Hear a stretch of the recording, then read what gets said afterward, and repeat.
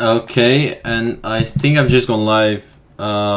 Just making sure right now to check whether that I've done it correctly. But it seems like it, so that's good. Um, yeah, so today is an interesting session again, an interesting topic. It's about, um, yeah, Rook versus Knight Bishop in Endgames. And it's a very interesting topic, especially since it's a unbalanced material advantage for someone. If it were only knight and bishop versus a rook, then in general it should be an advantage for the side that has the bishop and the knight. We have this skill of Max Euwe, previous world champion, actually also Dutch, same as me. Same name even, and he created a skill in which knights and bishops were 3 points and a rook was a rook was 5 points, and if you add them, the knight plus the bishop will be 6 points and the rook will only be 5. These days we realized even that the bishop should be even worth more than the knight, so a bishop should maybe even be worth 3.5 points. So if you add then the 3.5 to the 3, you have 6.5 points for the knight and bishop, while only 5 for the rook. So in general, if you have knight and bishop against only a rook, it will be advantageous for the side with the knight and bishop. Usually what you have is, as a general rule, is that a rook together with a pawn is often around the same as a knight and bishop. However, often it will be advantageous for the knight and the bishop. And a good rule for this, it was also described in the Dvoretsky's Endgame manual. He described it pretty nicely, I think. He described it as, I'll quote it right now, in the middle game, 2 minor pieces are usually much stronger than a rook, so in the middle game. In an endgame, however, this advantage is much less substantial. Sometimes a rook can even gain the upper hand. The reason is that pawn chains in middle games restrict the rook's mobility, so a rook will not be able to move as much in a middle game as it will in an endgame. And to end the quote, in an endgame, on the contrary, the rook enjoys full mobility. Yeah, so as I said, the rook is able to move a lot more in an endgame than it is able to in a middle game. So sometimes what you will see is that in a middle game especially, people might even sacrifice more than one pawn to get that knight bishop versus rook. A very good example of this is actually very recent games in a very theoretical Italian.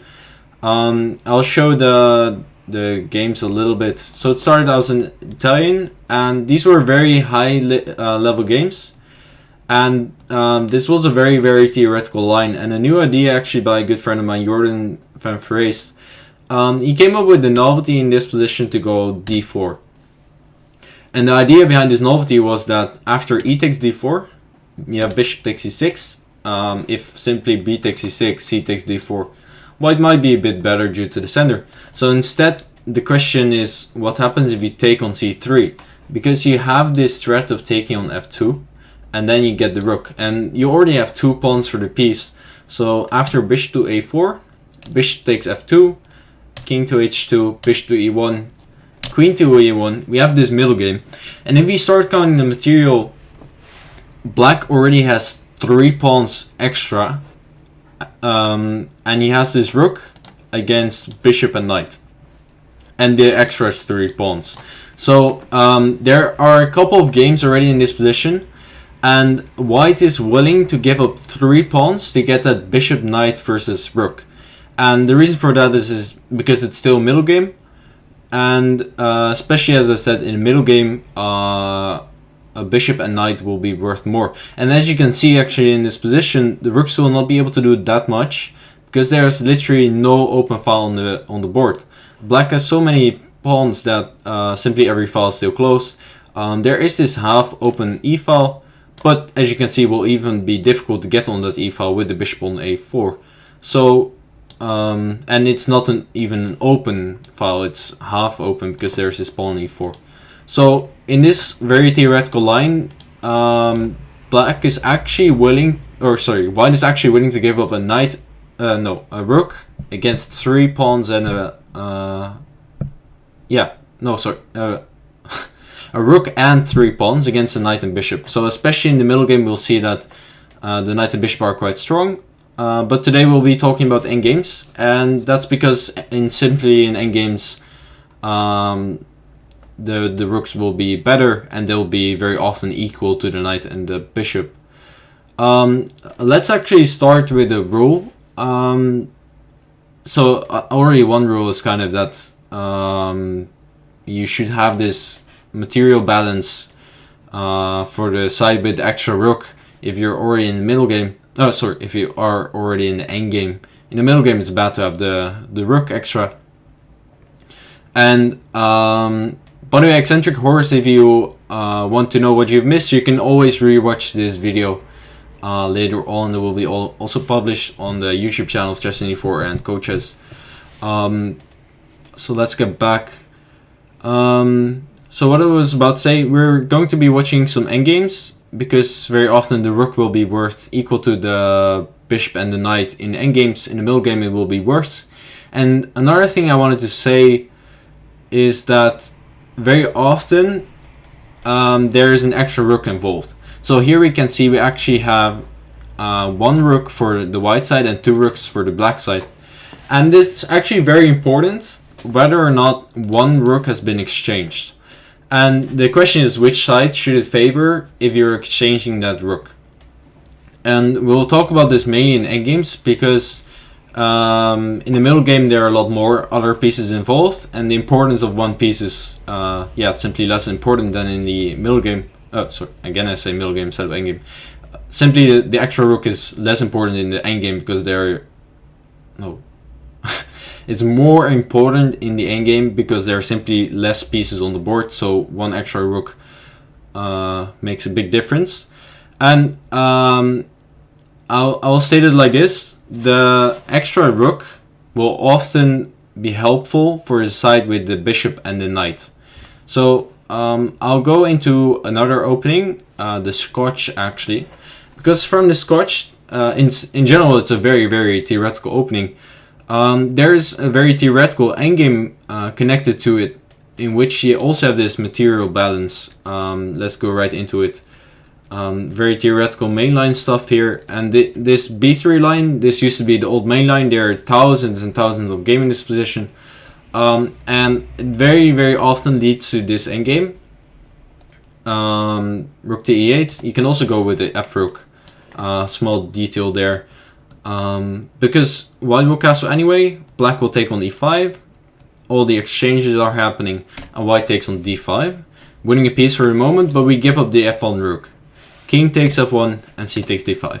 And now we get into this endgame, and as we can see, white is giving up 2 pawns, so black has in total 7 pawns, while white has only 5 pawns for the bishop and knight, together with the rook.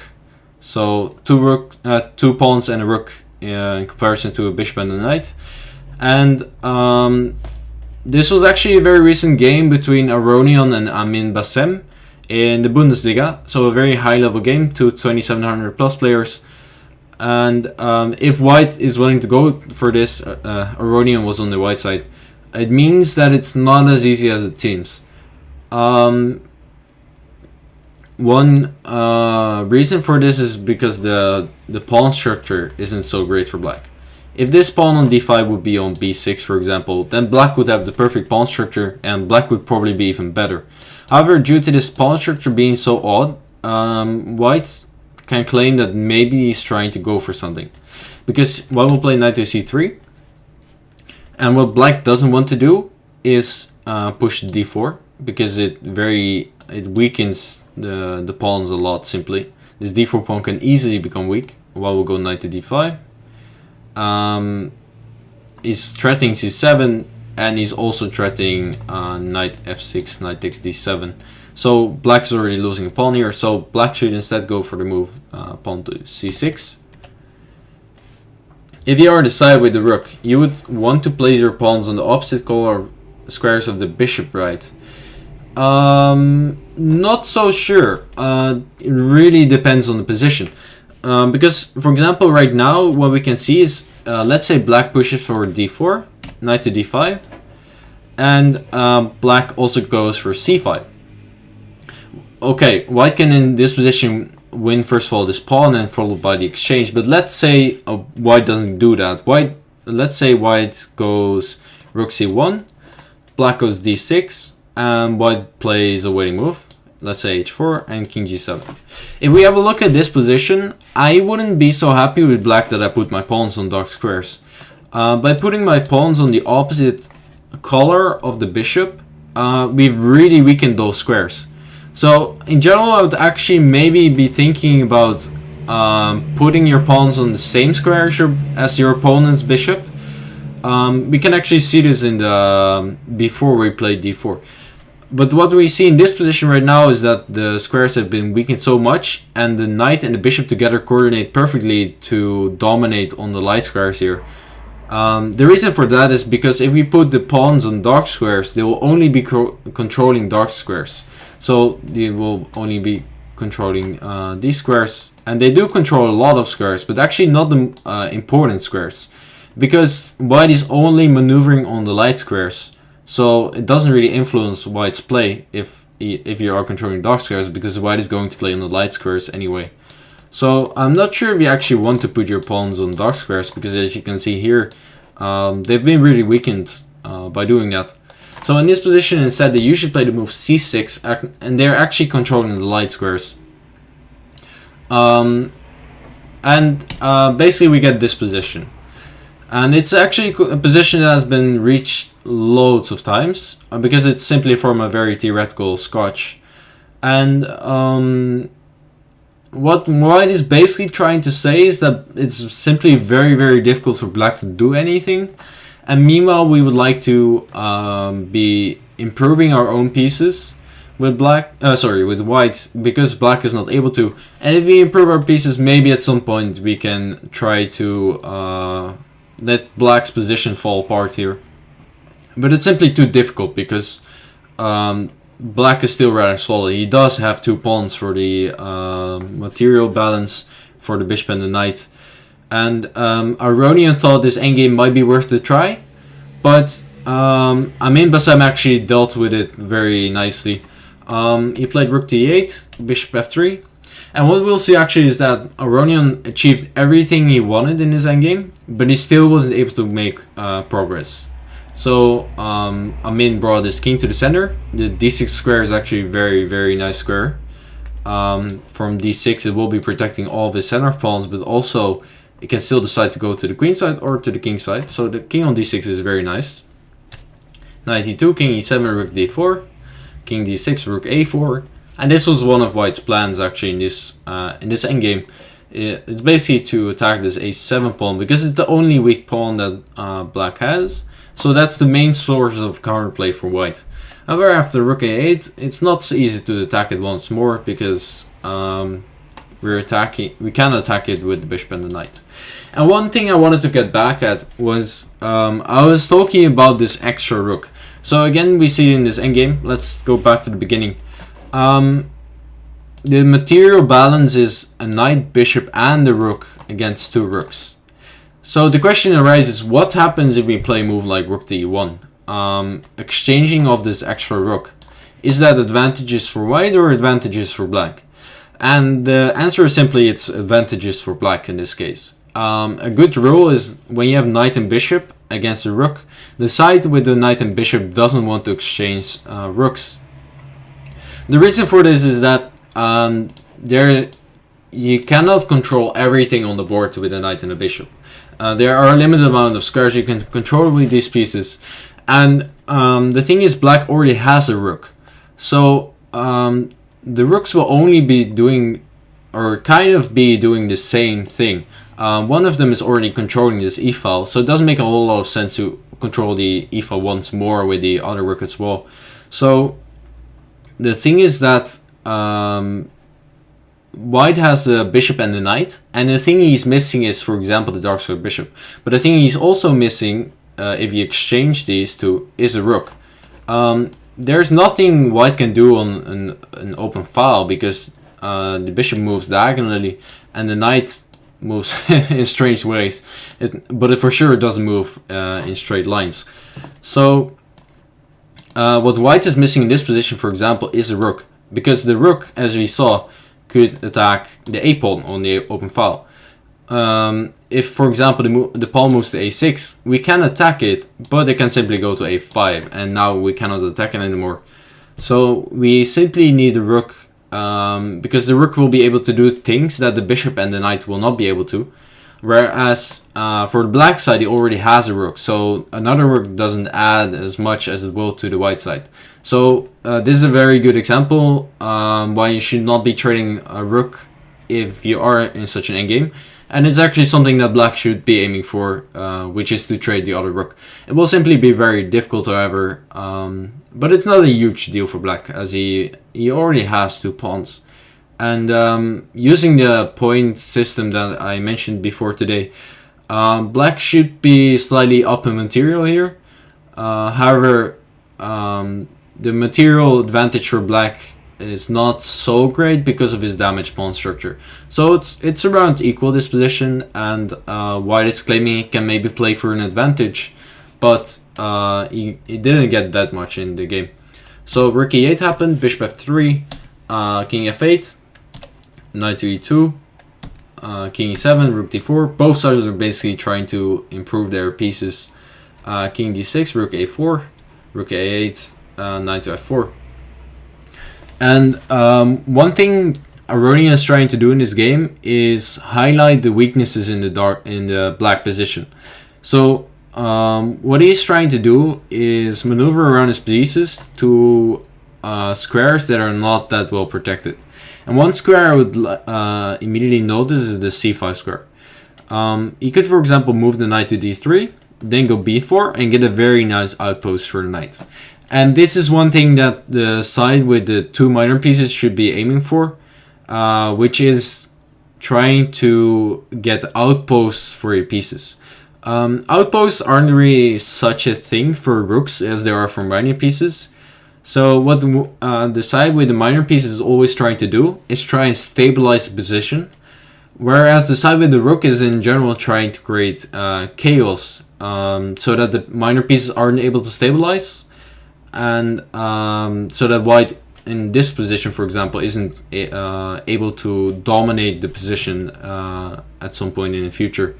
So white is trying to grab the c5 square here. Black is a bit passive, I have to say. First the rook went to a8, king to c7, rook to e8. He's still rather solid though. So what black in this game is basically saying is that, okay, you have your nice squares, but how are you going to proceed? It's not so clear what white should be doing. White slightly improved with each move. Before he finally grabbed that outpost. And as we will see is that something black doesn't really want to do is push for d6. The reason for that is, as I mentioned before, is by putting your pawns on dark squares, you are weakening the light squares. So the moment you push for d6, this bishop becomes slightly more active. One thing you will see, for example, is that after knight to d3, already a big threat is b5, because it really destabilizes the center. And then white gets this d5 pawn, after which the black position will fall apart. So again, I think it's actually maybe better to put your pawns on the color of your opponent's bishop rather than the opposite. So I would put them on the light squares here, not on the dark squares.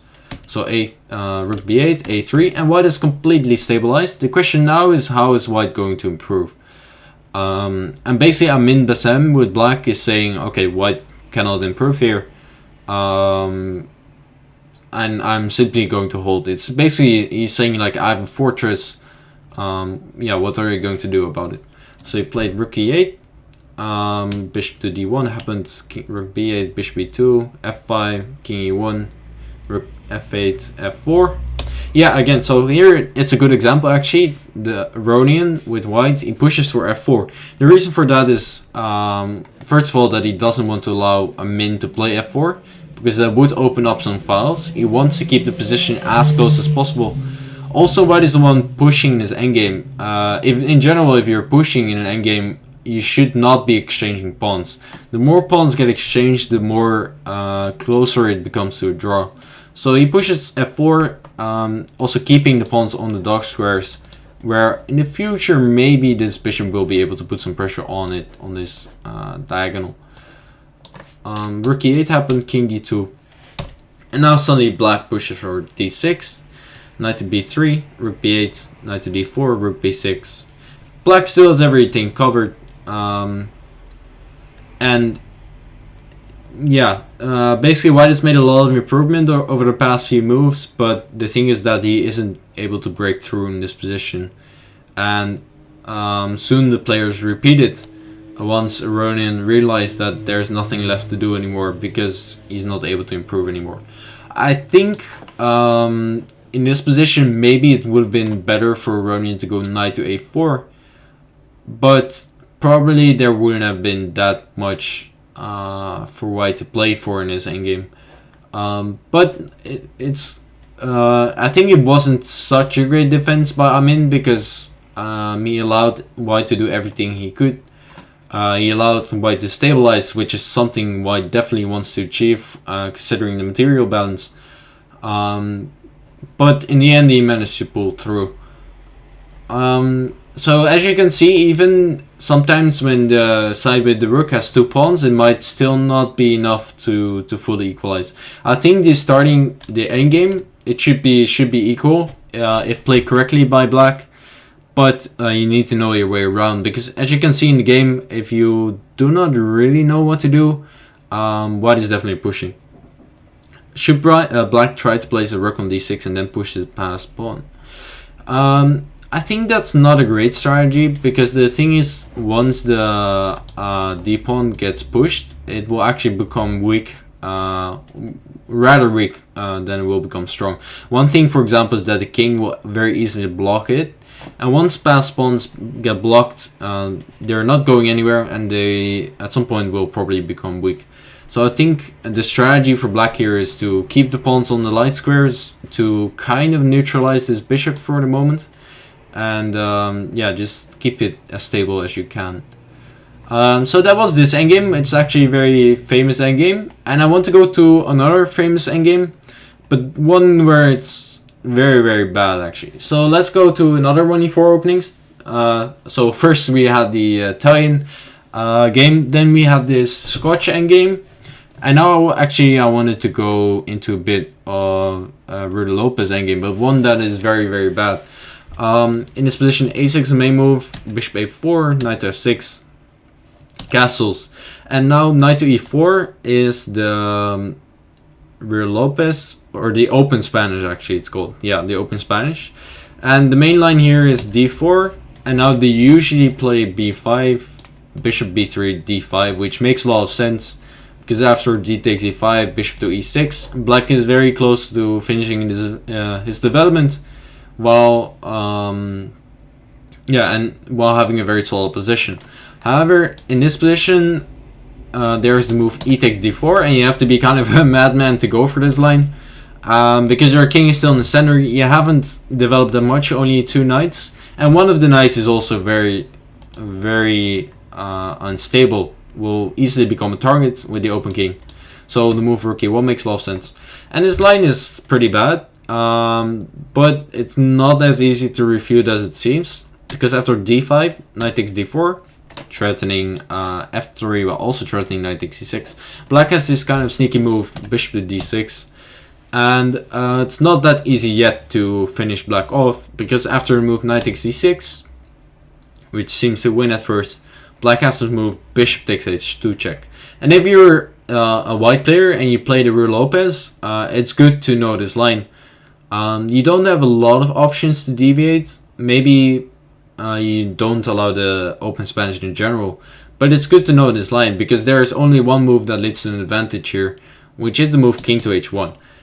It's clear that king to h2 doesn't lead to an advantage, because queen h4 check with a perpetual.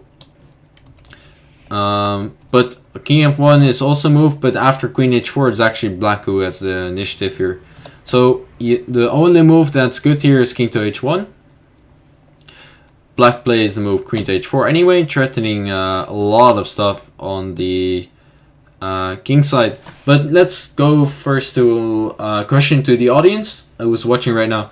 What is the correct move for white in this position? How should white even be saving his position here? Because black does have loads of threats, so it's not so easy. Your knight to c6 is hanging. Bishop g3 check is a massive threat. Loads of things actually. So try to find the move to survive here. It's not so easy if you see this for the first time. One eccentric horse is suggesting knight to e5. Actually isn't so great, because after the move king f8, knight to f3, the knight is unpinned on e4, and knight takes f2 is checkmate. So knight to e5 check doesn't help. Someone is suggesting bishop to g5. However, here black simply takes on g5. White can take on h2. At the very least, black has a perpetual again with this queen h4. But I think black might have even more. Maybe something like... okay, it's a bit too complicated right now. It's not too interesting, but black, it should be good for black, and black has a decent perpetual. So it's not really the way to go. And the way to go is actually, first of all, we should count material. Right now we're up a piece because we have taken this knight on c6. So we are up a bit of material, so it's not too bad to sacrifice something back. And as eccentric horse just said, rook takes e4 is the move.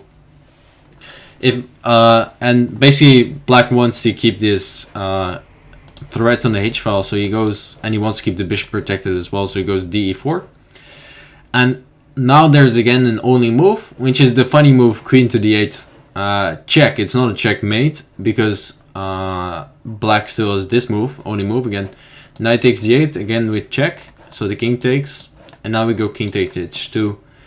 And we have this material imbalance of a rook and two pawns against knight and bishop again. And actually this time it's extremely bad for black. The reason for that is simply because white is able to control loads of squares with the minor pieces he has. It would have been a lot better for black, for example, if he already managed to exchange these two bishops. Because then it wouldn't be so easy to protect squares or control squares with black. Now, for example, black has lost loads of control over the dark squares on the king side, but also once the bishop arrives on e3, the dark square control on the queen side. A nice little line is actually here with f5, strengthening the sender. Black gets immediately punished with the move bishop to g5, checkmate. So black should play bishop e6 instead. And the advantage, if we have a look, there is one thing that black is going for him in this position, which is the open d file. However, as I said, it's very easy to control squares for white. So a move that makes a lot of sense here is bishop to e3. Black will push f5. And white can, for example, play the move knight to d2. And as I said, it's simply very difficult to do anything here for black. A move that makes a lot of sense is king to e7. But after a move like c3, what white is doing is controlling the d1 square with both the bishop and the rook.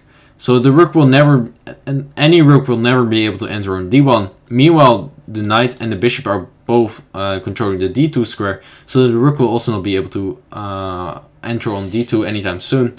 So white is controlling all the meaningful squares on the d file. Meanwhile, what white is going to be doing is keep the control over the dark squares.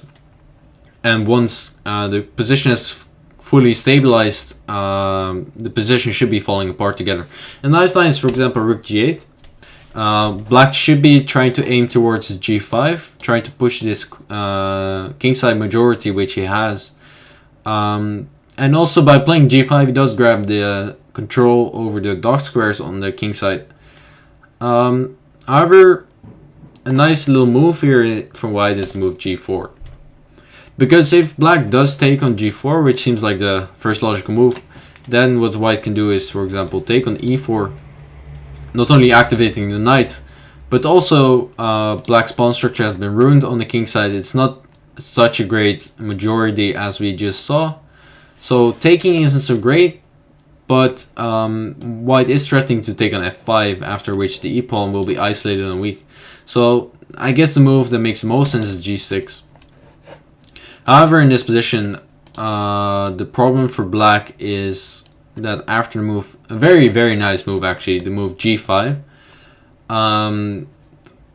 black has lost all control over the dark squares on either side.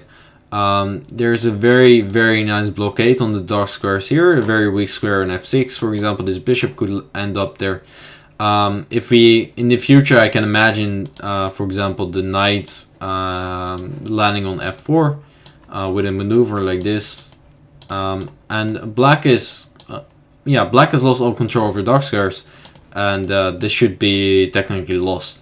So I think actually if white plays this endgame pretty well, it should be technically lost. So this is actually a theoretical line as well, and here, however, it's simply quite bad. So white is much better because of the bishop pair. Wouldn't white want to avoid all trades except for the knight for black's bishop? Yeah, that's very good, actually. Eccentric horse. In this exact position, white should not be aiming for any trade. As I said, the side with the two rooks should always be aiming for the rook trade. The reason for that, again, is because there's one open file. And basically, all of white's pieces in this position are kind of original.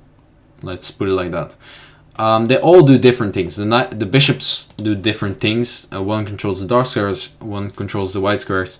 This knight is a very different piece, of course. And then we have one rook.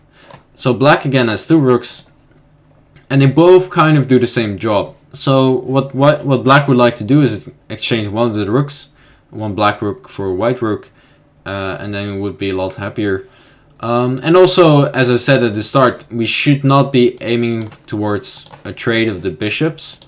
One reason for that is exactly that we would be losing the bishop pair. So one reason also why white is doing so well in this endgame is the bishop pair, which was missing in the previous endgame. Also, one thing I would like to note is that there's a trick for black in this endgame. We saw this checkmate, but that was a trick for white. I had this endgame once in a game, in a classical game. My opponent played bishop to e6, and I played a kind of logical looking move, knight to c3. It attacks the e4 pawn, and it can quickly go to the e2 square, where it will be controlling the dark squares.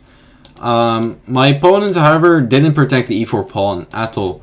If you're watching the stream, try to find the best move here for black, and it's not f5. I can already tell you. It's a much more dynamic move, and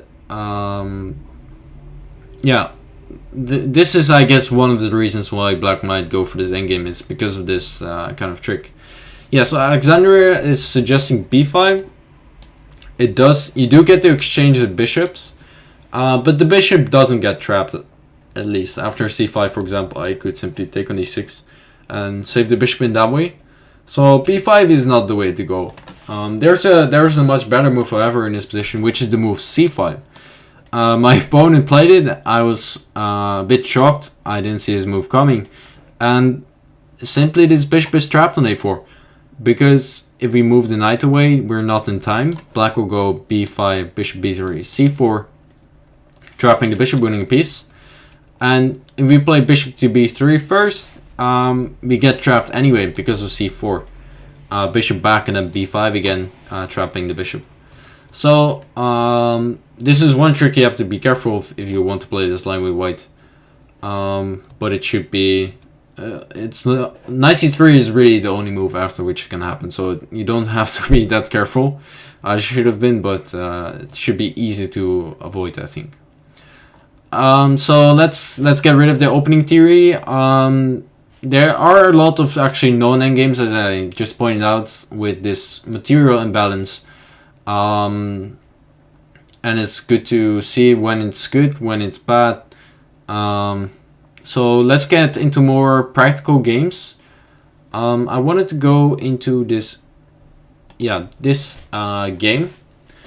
The reason why I found this game was because it was in the Redskis Endgame manual. I used the book as a source to get some games because it's not a very common material imbalance, and the book of the Redski had a small paragraph on this material imbalance, and I found this nice game.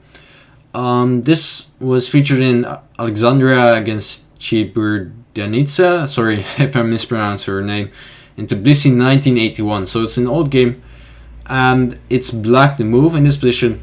White is kind of up on material. Both sides have 3 pawns, and black in general should have an extra pawn if he wants this material balance to be okay.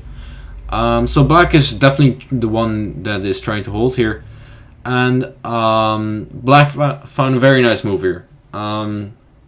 So if you're watching, try to find the best move here. I think it's a good exercise. It has to do with something which I showed in this Aronian Amin Bassem game. Because in that endgame, what I talked about is that the side which has the bishop and the knight should be aiming towards stabilizing the position. And the next move that black played has to do a lot with trying to destabilize the position. Actually, why I like this game so much is that it features this destabilization a lot. So it was a nice game to show how to play in such a material imbalance. Against c5 doesn't b4 save the knight. I think he knows. Yeah, b4. No, okay. I'll let you guys think about this position for a bit more. I'll go for a second back as well to this other game I showed. So let's go into that position, which is here. If you play after the move c5, b4, it doesn't really save anything actually, because black will actually not take on b4, because now you actually do save the bishop, because after knight e4 you don't have c4, but instead you have the move b5. Bishop b3 is c4 anyway. b4 doesn't really help anything, and the bishop will still get trapped. So let's go back into the game. King g2. No, actually it doesn't save the bishop at all, and you don't even have to sacrifice the knight. But let's go into this game. So then the move that black should be playing, and the move actually that black did play, was the move king to d7. And the reason why it's such a nice move is because this knight is not really very stable. It's not protected by anything, and it's also a4. It could be a move to consider to try and protect the knight, trying to stabilize a little bit. But white actually wanted to rather keep the pawns on the dark squares, because if you keep the pawns on the dark squares, they are very, very easy to protect. And white would like to keep as many pawns on the board as possible, of course, to keep the winning chances alive. So a4 is not really a move you want to play, because now it's actually very easy to trade a couple of pawns. One move, for example, to consider is the move rook f4. And you cannot push e5 anymore because the a4 pawn gets taken. So actually after the move rook f4, you are already losing one of your pawns, and the game steers towards a draw. So it's a much better move to actually play the move e5, getting your pawn to a protected square. And also after the move king to c6, you're able to move the knight to d6. So now the knight has found a very stable square, and white has definitely achieved something. But black has another nice move in this position. If you're watching, try to think a little bit. It again has to deal with this theme of trying to destabilize your opponent's position. Because if white does manage to stabilize, let's say if white also manages to go after the g4 pawn with a maneuver like knight e4, knight f2, then white will do really well. So it's about, again, trying to destabilize the position here. Yeah, e5 is nice, but now I was talking more about king to d7 because this king d7, king c6 was a nice little way for black to try and destabilize the position. And the move for black actually in this position has to deal with the bishop on c3. The bishop is very, very stable right now. So it would be great if we can destabilize it. So the move black actually played was move b5. And black's future plan will be to push for b4. And yeah, again, trying to destabilize this bishop. Also, we'll be trading at least one pawn after a, b, c, b. And black should be aiming towards trading pawns as well to get close to the draw. White played a waiting move. Didn't really have a lot of useful moves. On the other hand, black doesn't have that many useful moves as well. So king to g1 happened. b4 is not... sorry. Black's not able to push for b4 yet. So a b4, c b4, bishop b4, followed by bishop to b3 back. After which white is protecting all the pawns. Eccentric suggested the move rook to e3. It's a nice move because it doesn't actually e5 pawn, but I think it's not so great because now, for example, the knight could go to f5 with a tempo, and we have to be a bit careful about losing this g4 pawn. Because if we lose a g4 pawn, then it can become very, very difficult to hold this position together. So b5 happened because the one thing the g4 pawn is doing, it's not about trying to promote the g pawn, but it's about protecting this rook. The rook on f3 is actually very nice because it kind of boxes in this king. So the king is completely shut off. The rook will be able to get active to some square whenever he wants to. And meanwhile, this king is also kind of able to deal with the knight and the bishop. So it's kind of nice to keep the g4 pawn alive. So b5 happened, king g1. And white is trying to wait. b4 isn't working yet. And black has to play a move here. But black simply play rook to g3 check. King to f2. Rook to d3. Black is simply kind of waiting. It's not so easy to make progress for white. White one back, king g2, rook f3. We again have the same position. After b5, b4, bishop takes, rook b3. Yeah, that's an interesting suggestion. This b4 move, then going for this, and then trying to get every piece of the board that white has. But you aren't really managing because after takes, king d5. I think the easiest move here is knight to c4. The problem is you cannot ever take the knight because the e-pawn promotes. And actually this is a very, very common way to protect, or kind of common way to play. Because the knight, even without the pawn on c3, this will be winning. The king will be taking g4 at some point. So this is actually a very nice way to install your pieces, knight on c4, pawn on e5. Because you are attacking the knight, but even without the c3 pawn, you can simply never take it. So this exchange sacrifice doesn't really work.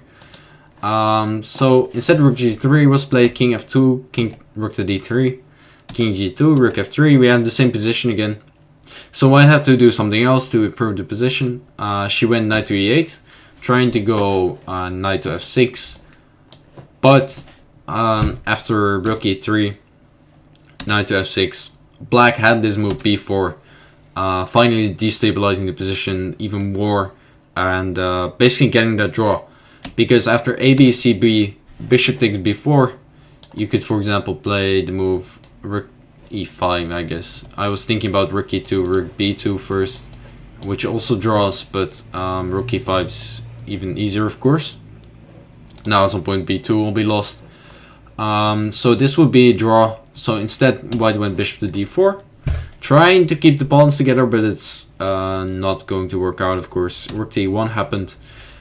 If knight takes g4, black simply has king to d5, and at some the bishop has to move to some square. And oh wait, sorry, this turns out not to work. Even better is actually Rook a4 winning a piece. Black is suddenly winning the endgame. So you cannot even take the pawn right now. So instead, white played the move king g3. Now he does, or she does, threaten to take it. But black will simply play rook to d1, attacking the bishop. Bishop has to go to square like e3. And now rook goes to b1, attacking b2. Bishop has to go back to protect it. Rook to d1 again. And basically we get a repetition of moves, because there's no way to keep the pawns on the board. So I think it was a very nice endgame, showing that in this kind of material imbalance, the side with the rook should be aiming towards destabilizing the pieces. If the knight and the bishop are able to get an outpost, then the side with the knight and bishop is doing very, very well. But black played this endgame perfectly, trying to prevent that from happening. So I thought this was a nice game. Let's go into another game. This was actually, I think this was a nice game. It also has a little bit of an exercise. So this was the start of the game. It was actually kind of a very, very well-known game. It was between Baliavsky and Dolmatov. This was also in Dvoretsky, because it's also very well-known in endgame. But I hope you don't know it yet. Basically, white made a mistake here. He was a bit too greedy and took the pawn on h3. The pawn on h3 would have been forever weak anyway, so what white should have done is first try to stabilize the position. He should have gone king to e4. And basically also he's trying to take all the queenside pawns. And here, white would have definitely been pushing. In round two of Norway chess, Caruana won the bishop and knight versus rook in game against Duda. Did you see that game? Yeah, I definitely saw that game. I thought it was a fortress at first. I didn't really analyze it, but it was a very, very interesting game as well. Isn't the knight and bishop together worth more points than the rook? Yeah, that's very true. Good you pointed out. I said at the start of the stream as well that a knight and bishop is definitely worth a bit more than the rook. So usually what you will have in an endgame like we have right now is that the side with the rook should have at least one pawn to be okay. If you only have a knight and bishop against a rook, very often the side with the bishop and knight will be better. That's very true, that the knight and bishop is usually worth more than the rook. But white was a bit too greedy in this game and played knight to h3. And it gives black a moment for counterplay. So if you're watching the stream again, try to find the best move. It's actually kind of a counterintuitive one. If you think a little bit about it, you might be able to find it at some point. But I'll give you some time right now. Rook h8 suggested by Dervy is definitely a move. It's not the best move though. I'll show why very soon. We'll get into that, but Rook h8 is not the best move. And the best move has a lot again to deal with really destabilizing the position. Because that's simply something that the side with the rook should be aiming towards. And it also has to do with open files. The side with the rook always wants to have as many open files as you can. So the move, I'll let you think about it. Let's go first into why rook h8 is not so great. So rook h8 does seem to win a pawn back, or at least it kind of ties the knight to the h file. You don't really want to play a move like king to g2, because what you get is that now, for example, a move like rook to d8 makes a lot of sense. And the king is now further from the queen side. The action is mainly happening on the queen side, so that's where the king should be nearest to. Instead, white plays a move knight to f2, giving up that h2 pawn. You cannot immediately take it because you'll lose the pawn on a4. So instead, what black should do is take on b3 and then take on h2. But now after knight to e4, white is managing to stabilize the position. He gets his knight to a nice square, attacking c5. Rook h5 makes sense to protect the pawn. And now, for example, the move bishop to c4 makes a lot of sense. And white has gotten this very, very nice outpost for his bishop. A nice square for the knight. White will be playing king f4, knight to d6, attacking this f7 pawn. And soon the black position should be falling apart. So it's actually not a very dynamic way to play this endgame, simply grabbing the pawn on h2. Black should play much more dynamically before white is able to set up a similar blockade like this. Rook to e8 was suggested, but rook e8 is... The problem is that this pawn a4, you're threatening to take on a4. So the immediate rook e8 wouldn't be a great move. I would simply take the pawn. You could maybe consider taking on b3 and then going rook e8, but the problem again is I can always protect this b3 pawn with the bishop on c4, and soon the knight will be coming, for example, to f4, d3, c5 will become weak, and this should be technically lost. Well, black should be aiming towards a much more dynamic approach, and the best move is the surprising move c4 in this position. Oh, sorry, I didn't intend to do that. It's good to show that b takes c4 is a very, very bad move. Because what is happening here is that now the b pawn can suddenly try to promote. So I think b3 should be very strong. Maybe it's even better to start with the move rook to b8, and then pushing with the b pawn. But this is definitely something you don't want to do, so it makes a lot more sense to take with the bishop. And now the next move the black plays is very, very nice. It's the move rook to c8. One reason why this pawn grabbing on h3 was too greedy was because the knight is on the edge and it's very, very far off from the queen side. It should have been clear that the action was happening on the queen side. It's the only side where black still has some play. So white should be able to, or should be aiming towards controlling the queen side here. And if he manages to control the queen side, then he should be doing really well, and at some point probably c5 will fall off. So as I said, king to e4 would have been best to try and go after the queen side. But knight h3, c4 was very nice, bishop takes c4, rook c8, and if the knight would have been closer, he could have played, if the knight would have already been able to go to d3, then it would have been very nice, of course.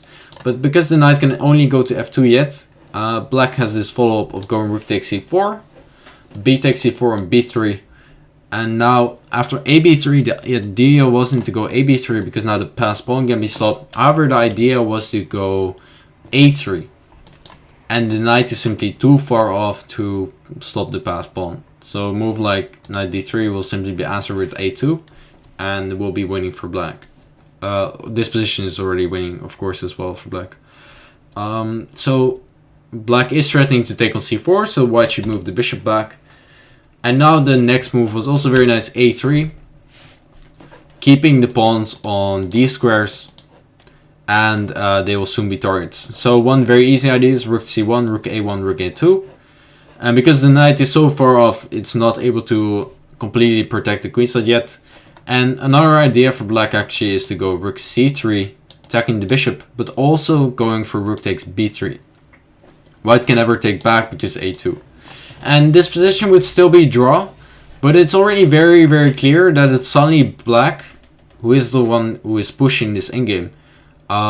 Because there are a lot of weak queenside pawns. The Retsky discussed this endgame a little bit, and he said that the way to hold here should probably, or kind of the way to go for white would be knight to f2, rook c1, playing h4. You cannot protect a2 anyway, so he's going to give it up, and then he's going to go after b4.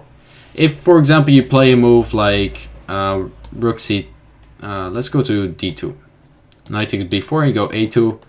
This endgame will be simply a draw, but a much more challenging move is rook to f2 check, king takes f2, and then a2, because now you're getting a full queen. However, after knight takes b4, a1 queen, knight to d3 turns out to be kind of like a fortress. But yeah, it's a bit too difficult to see this far ahead in this position. So I think actually I've done a bit of research. I think knight f4 is a much easier way to hold this endgame, but we'll go into the way white actually played it. He played king to e3, rook c1, knight to f4, rook a1, knight to d5, rook a2, knight takes b4, rook h2, and he might still be able to defend this, but this is actually very difficult, practically speaking. Because there's this a3 pawn, you will never be able to take it. And meanwhile, your g3 pawn and your b3 pawn are quite weak. This king will at some point come in. f5, f4 will be an idea. So a lot of ideas for black, so it's not so easy to hold. And one thing I would like to note is if you have a look at this position and you compare it to, for example, this position which I showed earlier with here, for example. Actually, let's go to this one. If we have a look here, we have the same material balance for white. Well, black has an extra pawn. Now the pawns are on b4, c5 instead of on a3. But if we actually have a look at the minor pieces, it's very clear that it's so much better to have your minor pieces like this than in the previous position. Because here they're simply stabilized. This bishop on c4 has a very nice outpost. This knight on e4 is great, attacking c5. But again, if we go back to this position, it's simply a nightmare for white. The minor pieces are really unstable. The a3 pawn is a pain for white. So yeah, it's simply very difficult to hold this, and yeah, white simply didn't manage to. Bishop to e2, rook h3, king to f2, f5, knight to a2. There's nothing really to do for white. It's just trying to hold on. Here black made a mistake actually. He should have probably just gone king to f6, and there's not that much that white can do. He should probably try to push the b pawn, king e5, king g2, kicking out the rook, rook h8, bishop c4, f6, king f3, and now rook h1. Yeah, it's simply I don't think you can actually hold this in game, and it should be lost. So black should have played it very in a simple way. And f4, one very simple reason why f4 is bad is because you're exchanging one more pawn, and exchanging pawns shouldn't be a great idea if you're trying to push an endgame. So you should have kept the pawns on the board. Gf4, rook b3 happened. Bishop c4, rook h3. And now white kind of made a mistake. It should have been easier to go king e2, just run after the a3 pawn like this, and white should have held. Instead he went bishop f1, rook h2, bishop g2, which is a bit of a passive way. King f6 happened, king g3, rook h5. And actually the reason why I still go on with this game is because I wanted to show a nice way that white could have held his endgame. At some point we got this position, and the way to hold is actually by using a well-known fortress. White played bishop to a6, which was a mistake. Rook d2 happened, bishop c4 and rook d4, and white resigned the game. There's simply not a way to protect the knight anymore. And also this, or keep the king from coming to f5 and picking up the f4 pawn. If the f4 pawn gets lost, then the two pass pawns are simply too much to deal with. Instead, white should have gone for bishop e4, giving up this knight on a2. Because after rook d2, knight c3, a2, knight takes, rook takes, we get this endgame. And at first it seems lost. Turns out that this is actually a pretty well-known draw. Or I thought it was a draw when I checked this. This is kind of known to be, or I thought it was known to be a draw. Might have to recheck it, but yeah, there were still ways for white to draw this. And the point of showing this game was this move c4.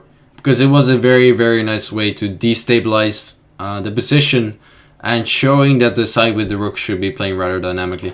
So to kind of sum up today's stream, one thing I've talked about is the side with the rook should be aiming towards keeping, or no, sorry, the side with the rook should be aiming towards an exchange of one rook. So the side with the knight and the bishop would like to have an extra rook, but the side with the rook should be trying to exchange it clearly. One thing I've also talked about is that the side with the knight and bishop would like to have it mainly in the middle game. The knight and bishop are much better than a rook, especially in the middle game. In the end game, it's not such a big deal, because in the end game there will be a lot of open files, whereas in the middle game there are usually not too many open files. So this material imbalance is usually okay for the side with the rook in an end game. And if you're trying to hold, but this is more of a general rule, in an endgame you should be trying to exchange as many pawns as you can. You can rewatch today's stream. I'll be back on coaches next week, same day, with a different topic. I hope you liked today's stream, and hope to see you next week.